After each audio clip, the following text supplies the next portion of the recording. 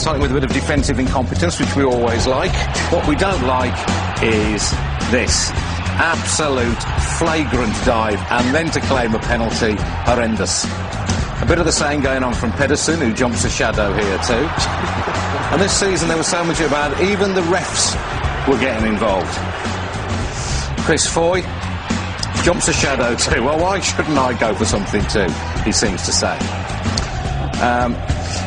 A bit of this never goes amiss, although don't do it at school, lads. And Yakubu gets a little bit from Pantsil here. Yakubu's...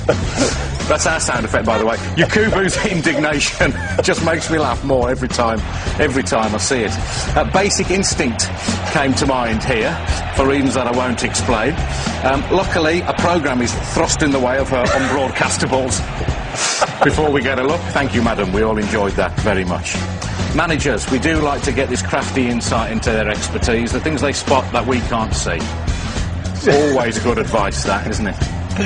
Hand signals have been fertile territory for us. Emu, you know Emu, says Gary, he's going to get it. Emu gets it, unless you sort yourselves out. Yeah, that'll be the end for Emu. Here he's saying, you two, get the ball, two of you, to me, not you, ball, two, not... Anyway, whatever, I don't know what he's on about. I don't know what this is about. He turns to him, come on, you're hard enough, quit your talking, come on, let's get it on, come out here, I'll sort you out.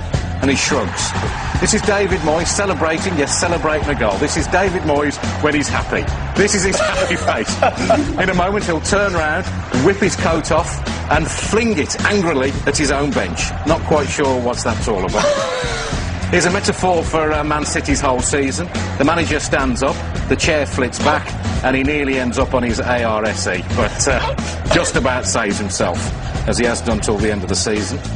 And this is a champagne moment. Mike Phelan sees a balloon. He decides to get rid of the balloon by popping it. The biggest shock of Fergie's season. Mike, I'd be careful if I was you. You might kill him with the shock, although maybe, Mike, that is what you were thinking of. Look at him jump. That's brilliant. My favourite fans of the season? Mr. Strong, he certainly is. As an Arsenal fan, if he says it's Tuesday, it is Tuesday. I like the cut of his jib. He's an Arsenal fan too. Scary, has a little dance, and then goes ballistic. I don't want to see him up a dark alley either. The scariest fan of all, though, I think this was a Borough fan. He looks like Ronnie O'Sullivan's brother, and he looks as though he's going to do something horrible. He does do something horrible. He shows us his man boobs. We didn't want to see that, especially with that look in your eye.